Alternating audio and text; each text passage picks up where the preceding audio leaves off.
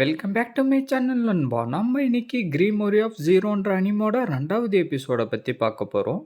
என்னுடைய பேர் ஆல்பஸ்ன்னு அந்த பையன் சொல்லிக்கிட்டு இருக்கேன். அந்த ஸ்கஸ்ஸர் ஆஃப் ஜீரோன்ற ஒலி புக்குக்கு மேல கோல்டன் கலர்ல கவர் பண்ணி தானே இருக்கும். நான் எல்லாம் சரியா தானடா சொல்லிக்கிட்டு இருக்கேன்னு ஹீரோயின் சொல்ல, ஆமா நீங்க சொல்றது கரெக்டு தானே அவன் சொல்ல, அப்படின்னா நிச்சயமா அது என்னுடைய புக்கா தான் இருக்கும். இப்ப அந்த புக்கு எந்த இடத்துல இருக்குன்னு எங்களுக்கு கொஞ்சம் வைய காட்டுடான்னு ஹீரோயின் சொல்லவும், ஜீரோ ஒன்னால மேஜிக்கை யூஸ் பண்ண முடிஞ்சிருந்தாலும் நான் ஒன்னு அந்த இடத்துக்கு கூட்டிட்டு போக மாட்டேன், அந்த விஷயத்த பத்தி நீ மறந்துருன்னு அவன் சொல்லிக்கிட்டு இருக்கவும், அட நான் சொன்னது அதுக்குள்ள நீ மறந்து போயிட்டியா, அந்த புக்கை எழுதுனதே நான் தாண்டான்னு ஹீரோயின் சொல்ல, ஆனா அந்த புக்கை அவன் தான் எழுதுனதா எல்லார்கிட்டையும் சொல்லிக்கிட்டு இருக்கான் அப்படின்னு ஆல்பஸ் சொல்லவும், அவன் யாரான்னு ஹீரோயின் கேட்க, என்ன உனக்கு தெரியாதா, அவன் தான் மேஜிக்கை பத்தி எல்லா இடத்துலயும் பரப்பிக்கிட்டு இருக்கான், அவன் ரொம்ப நல்லவன், நம்மளுடைய எல்லா விஷயங்களுக்கும் அவன் சுதந்திரத்தை வாங்கி கொடுக்க விரும்புறான்னு அவன் சொல்லிக்கிட்டு இருக்கேன். ஆனா நீ சொல்ற அந்த அற்புதமான ஆளு தாண்டா அந்த புக்கு திருடிக்கிட்டு போனான்னு புலி சொல்ல வரவும், டேய் எதுவும் சொல்லாத அமைதியாருடான்னு நம்மளுடைய ஹீரோயின் சிக்னலை கொடுத்துட்டு, இப்ப அந்த ஹைட் அவுட் எந்த இடத்துலடா இருக்குன்னு ஹீரோயினை கேட்க, அந்த இடம் லேட்டிட்டி வில்லேஜில் இருக்குன்னு அவன் சொல்லவும், சரி புலி வா நம்ம இங்கிருந்து சீக்கிரமா கிளம்பலான்னு சொல்லிட்டு 3 பேரும் அப்படியே அந்த இடத்துல இருந்து கிளம்பி நடந்து வந்துகிட்டு இருக்கமும், ஏ தாத்தா சீக்கிரமா இங்க வா. என்ன தாத்தாவா, என்ன ஆச்சு உனக்கு, நீ பாக்குறதுக்கே ஒரு மாதிரியா இருக்கேன்னு ஹீரோயினை கேட்க, ஒண்ணு இல்லைன்னு சொல்லிட்டு அப்படியே அவங்க 3 பேரும் அப்படியே ஒரு அருவி கிட்ட வந்துடுறாங்க. அது மட்டும் இல்லாம சொரீனாவுடைய கிராண்ட் டாட்டர் ஸ்கஸ்ஸர் ஆஃப் ஜீரோ குரூப்ல சேர்ந்துட்டா. அவ பார்க்க ரொம்ப அழகா இருப்பா, ஆனா அவளை அதிகமா யாரும் பார்த்தது இல்லைன்னு அந்த பையன் சொல்லிக்கிட்டு இருக்கேன். அவளை யாரும் அதிகமா பார்த்தது இல்லைன்னு சொல்றியா, அப்புறம் எப்படிடா அவ ஸ்கஸ்ஸர் ஆஃப் ஜீரோ குரூப்பை ரன் பண்ணிக்கிட்டு இருக்கான்னு புலி கேட்கவும், அவதான் சொரீனாவுடைய பேத்தி, ஸ்கஸ்ஸர் ஆஃப் ஜீரோ குரூப்பை அவதான் ரன் பண்ணிக்கிட்டு இருக்கா. ஒன்ன மாதிரி மேன் சர்வெண்ட்டுக்கெல்லாம் இந்த விஷயத்தை பத்தி எங்க இருந்துரா புரிய போகுதுன்னு அந்த பையன் சொல்லிக்கிட்டு இருக்கேன். யார பத்திர மேன் சர்வெண்ட்னு சொல்ற, எனக்கு விச்சஸ்னாலே பிடிக்காது, இவ கேட்டதால தான் ஒரு காடா இவ கூட இருக்கண்டான்னு புலி சொல்லவும், அடா நீங்க பண்ற விஷயம் ரொம்ப நல்லாவே இருக்குன்னு ஹீரோயின் சொல்ல, வாய மூடுன்னு சொல்லிட்டு அப்படியே அவன் அந்த தண்ணிக்குள்ளார கைய விடவும் பார்த்தா ஒரு ரிங்கு அவனுக்கு கிடைச்சிருது. அட நீ ஒரு சூப்பரான ட்ரெஷரை கண்டுபிடிச்சிருக்க, எதுக்காக நீ வெயிட் பண்ணிக்கிட்டு இருக்க, உன்னுடைய கையில போட்டுக்கிடான்னு ஹீரோயின் சொல்ல, நான் ஒண்ணு பொண்ணு இல்ல, இந்த மாதிரி ரிங்க எல்லாத்தையும் என்னுடைய கையில நான் போட்டுக்கிட்டு இருக்க மாட்டேன்னு ஆல்பஸ் சொல்ல, அட பசங்களும் தாண்டா ரிங்க எல்லாத்தையும் போடுவாங்க, என்னால அந்த ரிங்குக்குள்ளார என்னவோ மேஜிக் இருக்கிறத உணர முடியுது, அதனால கண்டிப்பா இது உனக்கு யூஸ்ஃபுல்லா இருக்கும்டான்னு ஹீரோயின் சொல்லவும், அவனும் அந்த ரிங்க கையில போட்டுக்கிட்டு என்னவோ ஆப்பிள் பழத்தை கொடுக்க சொல்ற மாதிரி, தாத்தா உங்களுடைய தலையை எனக்கு கொடுத்துருங்கன்னு ஆல்பஸ் சொல்லவும், என்ன தாத்தாவான்னு புலி சொல்லிட்டு இருக்கான். அப்படியே அவங்க அங்கிருந்து கிளம்பி போய்கிட்டு இருக்கமும் எவனோ ஒருத்தன் வந்துட்டு, நீங்க எல்லாரும் விச் ஹண்ட் பண்றவங்களா, நான் உங்களை எதிரில் இருக்கிற என்னுடைய வில்லேஜுக்கு கூட்டிட்டு போறேன், எல்லாரும் என் கூட வாங்கன்னு சொல்லவும், அதெல்லாம் ஒன்றும் தேவையில்லைன்னு நம்மளுடைய புலி சொல்லிக்கிட்டு இருக்கேன். சரி இந்த தக்காளி பழத்தையாச்சும் வச்சு சாப்பிடுங்கன்னு சொல்லிட்டு அவன் தக்காளியை உடுக்க, அந்த தக்காளியும் அப்படியே 3 பேரும் வாங்கி வச்சுக்கிறாங்க. அப்படியே அவனும் அங்கிருந்து போவான். நம்மளுடைய ஆல்பஸ் என்னவோ பயத்தோடயே நடந்து வந்துகிட்டு இருக்கான். அப்படியே அவங்க அந்த வில்லேஜ் சைடு வரவும், நான் இதை வச்சு சூப்பு ரெடி பண்ண போறேன்னு ஹீரோயின் சொல்ல, அதெல்லாம் நீ இதை வச்சு பண்ணக்கூடாதுன்னு நம்மளுடைய புலி சொல்லிக்கிட்டு இருக்கான். பார்த்தா வீட்டுக்கு மேல இருந்தவன் அவங்க வரத்தை பார்த்துட்டு, நீங்க எல்லாரும் விச் ஹண்ட் பண்றவங்களா, அப்படின்னா வெளியில இருக்கிற வீட்டுல போயிட்டு நீங்க தங்கிக்கலாம் வாங்க, நான் அவங்கள அந்த இடத்துக்கு கூட்டிட்டு போறேன்னு சொல்லிட்டு அவங்க 3 பேரையும் கூட்டிக்கிட்டு போய்கிட்டு இருக்க, இந்த இடம் என்ன இப்படி இருக்குன்னு நம்மளுடைய புலி சொல்லவும், அந்த விச்சிங் எல்லாரும் சின்ன குழந்தைங்கள இருந்து பெரியவங்கள வரைக்கும் விடாம எல்லாரையும் சாவடிச்சுட்டாங்க, நாங்க எங்களுடைய வீட்டை திருப்பி கட்டிக்க முடியும், ஆனா எங்களுடைய மனசுல இருக்கிற காயத்தை எங்களால சரி பண்ண முடியாதுன்னு அந்த வில்லேஜை சேர்ந்தவன் சொல்லிட்டு அப்படியே ஒரு வீட்டை கூட்டிக்கிட்டு வந்து காட்டவும், ஒரு பாட்டி வெளியில வந்துட்டு என்னுடைய மோதிரத்தை காணும், அது எங்கேயோ தொலைஞ்சு போயிடுச்சு, நான் இப்ப என்ன பண்றதுன்னு சொல்லிக்கிட்டு இருக்கேன். நம்ம இப்ப சொரீனாக்கு என்னதான் பதில் சொல்ல போறோமோ தெரியலன்னா அங்க இருக்கிற ஏதோ ஒரு லேடி சொல்லிக்கிட்டு இருக்கமோ,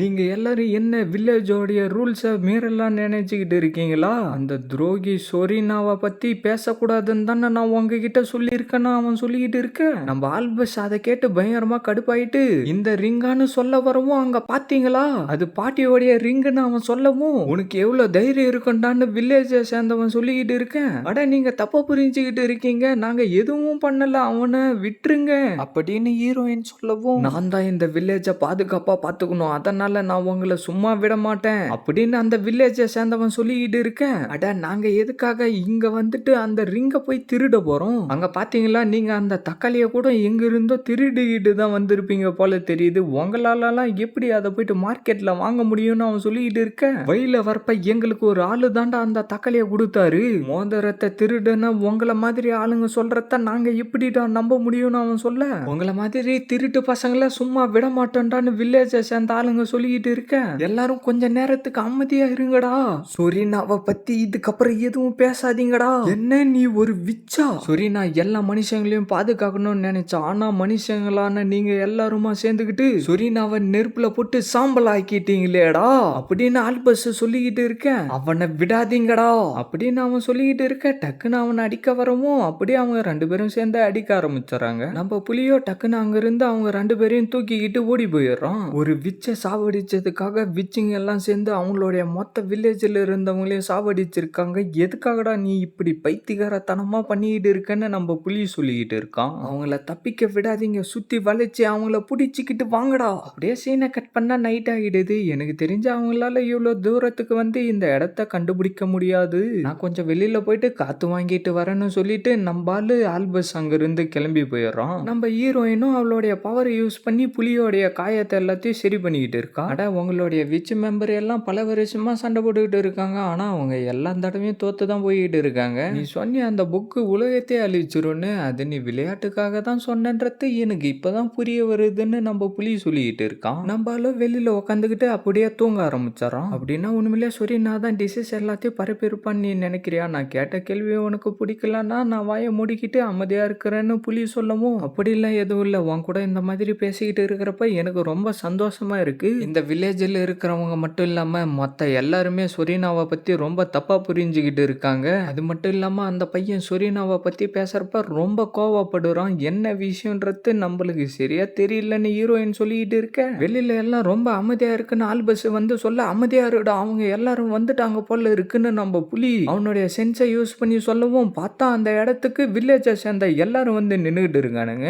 அப்படியே அவங்க எல்லாரும் அங்கிருந்து தப்பிச்சு ஒரு குகைக்குள்ளார போய் மறைஞ்சுக்கலான்னு ட்ரை பண்ண, பார்த்தா அந்த இடத்துல இருந்து ஒருத்தன் வெளியில ஓடி வரான். புலி டக்குன்னு அவனுடைய கத்தியை யூஸ் பண்ணி தடுக்க இன்னொருத்தன் வரவும், ஹீரோயின் அவளுடைய மேஜிக்கை யூஸ் பண்ணி அவங்க ரெண்டு பேரையும் மயங்க வச்சுட்டு வேற ஒரு இடத்துல வந்து மறைஞ்சுக்கிட்டு இருக்கவும், பார்த்தா அந்த இடத்துக்கு பாட்டி வந்துட்டு இந்த வழியா வாங்க, நீங்க இந்த வழி மூலியமா போனீங்கன்னா இந்த இடத்துல இருந்து தப்பிச்சிட முடியும்னு அவங்க 3 பேருக்கிட்டையும் சொல்லிக்கிட்டு இருக்கேன். ஆனா நாங்க எல்லாரும் இங்க தான் இருக்கோன்ற விஷயம் உங்களுக்கு எப்படி தெரியும்னு ஆல்பஸ் கேட்க, உங்க கூட இருக்கிற விச்சு ஆல்ரெடி இந்த விஷயத்த கண்டுபிடிச்சிட்டு இருப்பாங்க, ஆனா என்னால வேணுன்ற ஆளுங்களை மட்டும்தான் கண்டுபிடிக்க முடியும், மோதிரத்தை எல்லாத்தையும் கண்டுபிடிக்க முடியாது, நான் ஒரு வித்தியாசமான விச்சின்னு பாட்டி சொல்லிக்கிட்டு இருக்காங்க, நான் இந்த மோதிரத்தை ஒரு அறிவில தான் கண்டுபிடிச்சேன்னு சொல்லிட்டு நம்ம ஆல்பஸ் அதை கொடுக்க, நம்ம பாட்டி அந்த ரிங்கை வாங்கிட்டு முன்காலர் விச்சு சொரினாவை வந்து சில வருஷத்துக்கு முன்னாடி அவங்களுடைய பொண்ணு அவங்களுடைய பேச்சை கேட்காம ஒரு மனுஷனை கல்யாணம் பண்ணிக்கிட்டு போனதால இந்த மோதிரத்தை என்கிட்ட கொடுத்து வில்லேஜில் இருக்கிற மக்களுங்க எல்லாரையும் வந்து விச் அண்டஸ் சாவடிச்சாலும் நீ இந்த ரிங்கை பத்தி யார்கிட்டையும் எதுவும் சொல்லக்கூடாது,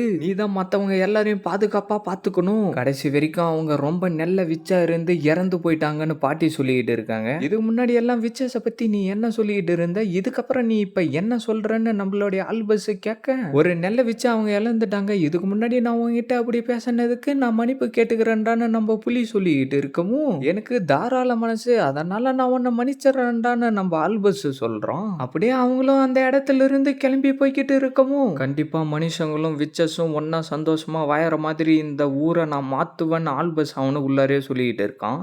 இதோட இந்த எபிசோட் முடியுது ஃப்ரெண்ட்ஸ். மறக்காம வீடியோக்கு லைக் போட்டுட்டு சேனலை சப்ஸ்கிரைப் பண்ணிட்டு பெல் பட்டன் ஆள் கொடுத்து வைங்க, அப்பதான் நான் போடுற வீடியோ எல்லாம் டக்குன்னு உங்களுக்கு நோட்டிஃபிகேஷன்ல வரும். மறக்காம இந்த மாதிரி அனுப்பி பார்க்குற ஃப்ரெண்ட்ஸுக்கும் வீடியோவை ஷேர் பண்ணுறேங்க. நான் உங்களை அடுத்த எபிசோட்ல மீட் பண்றேன். See you guys.